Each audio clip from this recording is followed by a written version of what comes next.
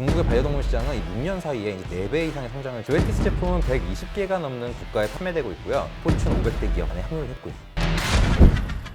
우리가 미처 알지 못한 바다 건너 우량 기업을 알아보는 시간, 글로벌 슈퍼스타 MC 김교준입니다. 연구원 강지우입니다. 네, 안녕하세요. 안녕하세요. 자주 뵙습니다. 예. 오늘 알아볼 글로벌 우량 기업 어디인가요? 동물의 건강을 책임지는 동물의약품 탑티어 기업 조에티스입니다. 사실 요즘은 밖에서 반려동물 데리고 다니시는 분들이 굉장히 많이 볼 수 있는데 그렇다면 동물들을 위한 약을 만드는 곳이다 라고 생각을 하면 될까요? 예, 맞습니다. 백신 이외에도 서비스, 교육 등을 통해서 동물의 건강을 책임지고 있는 미국 기업입니다. 그렇군요. 동물의약품 기업 중에 탑티어라고 하셔서 더욱 궁금해지는 기업이네요. 좀 더 얘기해 주시죠. 조에티스는 이제 2013년 비아그라로 유명한 파이자 기업으로부터 분사를 한 회사예요. 2019년에 이제 포춘 500대 기업 안에 합류를 했고요. 단기간 내에 성장을 한 것 같은데 이렇게 성장할 수 있었던 이유가 있었나요?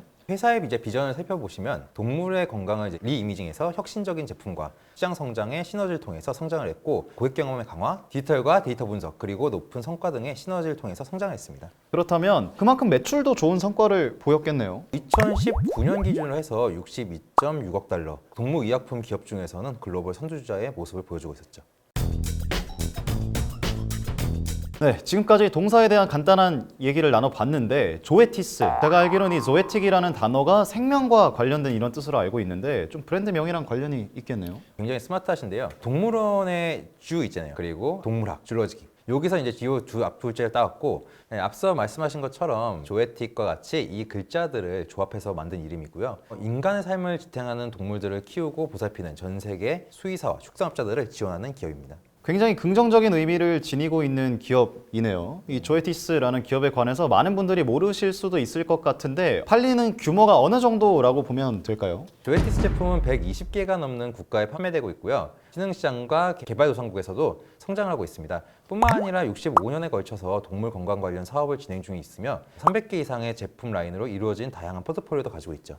그 정도일 줄은 몰랐는데 생각보다 역사도 굉장히 깊고 규모가 큰 회사군요. 설립된 지 65년이 흘렀다면 그동안 다양한 성장 스토리가 있을 것 같습니다. 아까 말씀드린 것처럼 이제 파이자에서 분사가 됐어요. 1952년 파이자 농업은 인디애나주의 연구시설을 파이자 동물 건강이라는 이름으로 개설을 해요. 이후에 1995년도 영국 제약회사 유명한 글락소스미스 클라인으로부터 노르던 레버터리를 인수하면서 이제 확대가 되죠. 이름들을 좀 어렵네요. 네, 제가 발음하기도 좀 힘들었는데 2007년부터 2011년까지 가축 백신 회사인 이제 엠브렉스를 포함한 동물 전문 헬스케어 회사를 인수하게 돼요. 그리고 2013년도에 분사하게 되었는데 2014년도에는 에버트 레버토리로부터 반려동물 의약품 포트폴리오를 이제 인수했다고 발표했죠. 그렇다면 이 동사는 주로 어떤 제품들을 판매하고 있습니까? 주로 이제 8가지 핵심 동물종과 5가지 주요 제품군을 포함한 300개 이상의 제품군을 보유하고 있어요. 300개 이상. 굉장히 다양한 약품들이 있는 것처럼 보이는데 이 다양한 제품군들 중에서 이 8가지 핵심 물품들의 매출 구성은 어떻게 되나요? 매출 구성은 이제 2019년도 기준으로 해서 반려동물 사업이 50.2%, 경제동물이 48.4%, 그 외에 기타가 1.4%로 균형적인 이제 포트폴리오가 구성되어 있죠.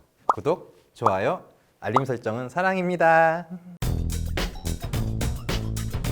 동물의약품계의 탑티어 기업 조에티스, 눈여겨봐야 할 이유 어떤 게 있을까요? 반려동물 시장이 이제 성장하고 있다는 점인데요. 저출산, 고령화 등 이제 인구 구조가 변화하고 있어요. 대표적인 수혜가 당연히 반려동물이겠죠. 저출산 문제가 점점 심해지고 있는 것 같은데 좀 걱정이 됩니다. 2020년 CDC에 따르면 미국의 출산율이 약 35년 만에 최저 수준으로 이제 하락했다고 발표했어요. 2019년 신생아 수는 약 370만 명으로 전년 대비해서 1% 감소했고 2014년 이제 단 한 차례 반등한 것을 제외하면은 2007년을 시작으로 해서 매년 하락했다고 보셔도 되고요. 그렇군요. 물론 여러 가지 요인이 있었겠지만 결혼과 출산이 늦어지면서 이런 문제가 발생했을 거라고 좀 보이네요. 경제적으로 봤을 때 주택이 가장 큰 문제 중 하나라고 볼 수 있는데요. 이민을 제외한 인구가 줄어드는 반면에 펫산업이 꾸준히 성장하고 있는 거죠. 그렇다면 현재 펫산업의 매출은 어떻게 되나요? 2018년 기준으로 해서 산업 전체 매출이 약 725억 달러를 넘은 것으로 이제 집계됐어요. 펫산업은 연평균 4% 이상의 성장을 보여주고 있죠. 사실 동물을 키우는 건 연령층과 성별 관련 없이 키울 수 있지 않습니까? 특별히 좀 많이 키우는 연령층이 있을까요? 18살부터 24살에 달하는 젊은 성인 비율이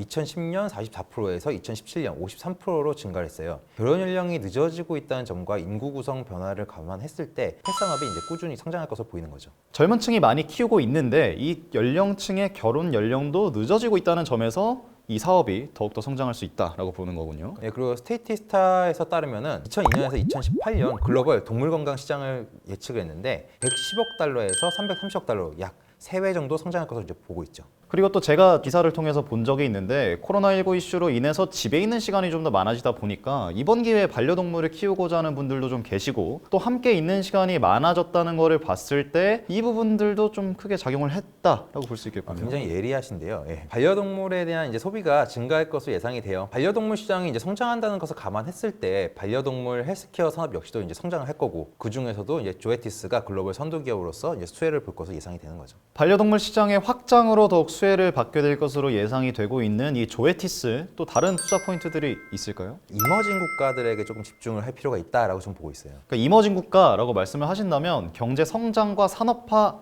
과정 안에 있는 국가들을 말씀하시는 거죠. 그렇죠. 대표적으로 가장 큰 나라 중국, 그 다음에 인도. 예, 맞아요. 네, 그렇군요. 지난 9월 7일 이제 중국의 전문 테크 매체에서 헤드라인을 하나 재밌는 걸 냈어요. 타징지와 타징지 시대는 지나가고 타징지가 도래했다. 말장난인가요? 여기서 나온 이제 타징지들이 다 모두 다른 뜻이에요. 남성이 창출하는 경제와 여성이 창출하는 경제가 이제 지나가고 산업의 시대가 도래했다. 이런 의미로 이런 제목을 뽑았다고 하네요. 그렇죠. 이제 듣기에는 약간 간장공장 공장장처럼 이 발음 연습하는 그런 문장처럼 들렸는데 사실 굉장히 깊은 의미를 품고 있는 문장이었군요. 예, 중국에 최근 펫콕 쪽이 좀 늘어나고 있어요. 아까 말씀드린 그 전문 매체에 따르면은 올해 8월까지 반려견과 반려묘에 대해서 1인당 소비 금액이 4,087위안, 하나로 약 71만 원 정도라고 하네요. 아무래도 나라 규모 자체가 크다 보니까 펫 산업 성장에도 많은 영향을 끼치고 있군요. 유로모니터 발표에 따르면은 2018년 중국의 반려동물 수가 1억 7,110만 마리를 넘어서면서 미국의 반려동물 수를 넘어섰어요. 어마어마하군요. 중국의 반려동물 시장은 2019년도에 2,025억 위안을 기록하면서 6년 사이에 이제 4배 이상의 성장을 보였어요. 앞으로 이제 이 규모가 2023년에 4,723억 위안, 2025년에 5천억 위안 이상을 돌파할 것으로 이제 예상되고 있고요. 이미 중국에서 반려동물 산업은 고속 성장 단계에 진입했다고 볼 수도 있겠네요. 한국무역협회 조사에 따르면 2018년도 애완동물 산업 시장 규모가 전년 대비해서 27.5% 증가했다고 발표했고요. 특히 이제 프리미엄 제품들을 선호하면서 시장 규모가 점차 크게 성장하고 있는 거죠. 그렇다면 중국 역시 반려동물 양육자들이 상대적으로 젊은 연령층을 이루고 있나요? 80년대생, 이제 90년대생 주를 이루고 있고요. 전체 75% 이상을 차지하고 있어요. 그 중에서도 이 여성이 85%, 그리고 4년제 대학에 나온 고학력자들이 50% 이상 이렇게 차지하고 있죠. 재밌는 결과네요. 오히려 바쁜 일상, 업무 스트레스로 인해서 좀 외로움을 달래기 위해서 반려동물을 키우는 경우가 많다고 봐도 될까요? 예, 그렇죠. 그리고 분포지 역시 이제 점차 중심부에서 중서부 지역으로 이제 확산이 되고 있거든요. 2018년 중국 반려동물 산업 백서를 보시면은 반려동물을 내 아이로 여기는 비율이 약 55% 정도로 산업은 점차 세분화되고 고급화될 것으로 이제 예상이 되는 거죠. 그렇군요. 중국 이외의 다른 이머징 국가의 상황은 어떤가요? 친숙한 나라 하나 말씀을 드리려고 하는데 박항서? 베트남. 그렇죠. 베트남의 경우 2014년부터 2019년까지 연평균 13.1% 성장을 했어요. 반려동물 시장 규모는 2024년까지 4,675만 달러를 기록할 것으로 예상되고요. 베트남 같은 경우에는 어떤 이유로 반려동물을 키우는 사례가 많아졌나요? 베트남 역시 인식의 구조, 소득 성장, 변화 이거에 기인을 해요. 하노이나 호치민시 같은 경우에는 주요 대도시에서 반려동물을 기르면 내가 사회적 지위나 경제적인 지위가 있다라고 보여주는 거고요. 기존에 있던 기성세대들은 개 하면은 집 지키는 거, 해충을 잡는 거 이렇게 보고 있지만 이제는 젊은 층들이 확산을 하면서 가족 혹은 친구 이런 것처럼 펫 휴머니제이션들이 이제 성장하고 있는 거죠. 다양한 이유로 반려동물을 키우는 사람들이 많아지고 있고 소득 증가로 인해 점차 산업이 더욱 커질 것으로 보이네요. 2015년 조에티스가 인국을 진출을 해요. 동물용 의약품과 사료 첨가지 생산을 위해서 10월 수조우에 3만 제곱미터 규모의 공장을 신설했고요. 중국에서 펫 산업이 가장 커지는 만큼 직접 다이렉트로 공장을 만들어서 효율화를 시킨 거군요. 이 모든 점들을 감안했을 때 이머징 국가에서 반려동물들을 많이 키우는 현상이 늘어나고 있고 이 이머징 국가들이 성장할수록 반려동물 산업의 성장으로도 이어진다면 동사한테는 당연히 긍정적인 포인트로 볼 수 있는 거군요. 그렇죠. 굉장히 중요한 투자 포인트가 될 수 있는 거죠. 그렇다면 조에티스의 마지막 투자 포인트는 어떤 게 있을까요? 안정적 성장을 한다고 말씀을 드렸잖아요. 2013년부터 매출액에서 일부 미스는 있었는데 EPS 기준으로 예상치에 부합하거나 늘 상회를 했거든요. 과거 5년 주가 퍼포먼스 역시 S&P 500 대비 안정적으로 보이고 지속적인 성장을 반증하는 모습이라고 볼 수 있습니다. 안정적인 성장도 큰 장점인데 배당 관련 부분도 볼 수 있을까요? 배당에 있어서도 연속 성장 연수가 6년이라 다른 배당 성장주들에 비해서는 기간이 좀 짧은 편이에요. 그럼에도 불구하고 3년 기준으로 해서 연평균 배당 성장률이 23.9% 정도 되거든요. 굉장히 매력적이라 볼 수 있고요. 주주 환원 정책 역시 잠깐 말씀을 드리면은 적극적이진 않아요. 하지만 유통 주식수가 줄어들고 있다는 점에서 보면은 긍정적으로 보여지고 있는 거죠. 반려동물 산업이 성장할수록 더욱 날개를 펼칠 조에티스 향후 전망, 실적 어떻게 보십니까?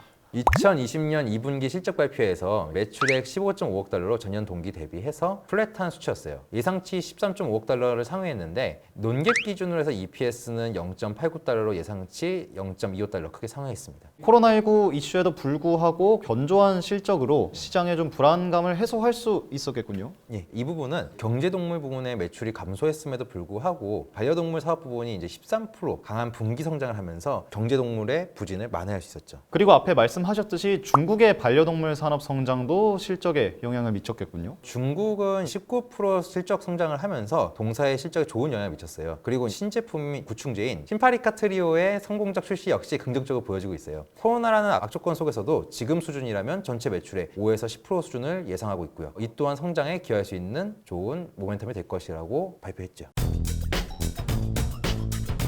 지금까지 동사의 투자 포인트 그리고 실적을 알아봤습니다. 그만큼 투자할 때 유의할 점도 알아봐야겠죠. 앞서 말씀드렸지만 코로나에도 불구하고 그렇게 많은 손해를 보진 않았지만 코로나 장기화는 역시 리스크 요인이 될 수가 있거든요. 장기화 될수록 좀 어떤 리스크가 작용을 할까요? 펫시장의 특성이 이제 필수 소비재 성격보다는 자유 소비재의 성격이 있어요. 그러다 보니까 동사의 성장 모멘텀인 글로벌 인구 구조의 변화와 소득 수준의 변화라는 점을 감안했을 때는 리스크로 작용할 수 있는 거죠. 그렇군요. 펫 시장이 소득에 영향을 많이 받는 산업이라는 점을 다시 한번 잘 생각해 볼 필요가 있겠군요. 이어서 말씀드리면은 코로나가 장기화될수록 펫 산업 성장의 이제 정체가 될 수 있어요. 그래서 이런 점은 감안을 할 필요가 있다라고 말씀을 드리고 싶네요. 조에티스 이것만은 알고 가자 투자 포인트 정리 부탁드립니다. 첫 번째는 이제 성장하는 반려동물 시장을 주목하자. 두 번째는 이제 이머징 국가들의 소득 성장과 반려동물 산업의 성장. 세 번째는 안정적 실적과 배당 성장. 이 세 가지를 꼽을 수 있습니다.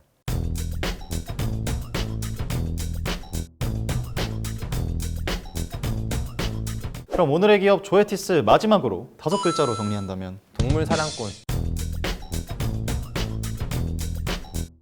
글로벌 슈퍼스탁 오늘은 글로벌 동물의약품 기업의 리더 조에티스에 대해서 알아봤습니다. 다음 시간에도 유익한 정보와 함께 찾아오겠습니다. 구독과 좋아요, 알림 설정 부탁드리면서 저희는 다음 영상에서 인사드리겠습니다. 여러분 고맙습니다. 귀엽잖아요. 귀여운데? 이제 악플 달리겠지.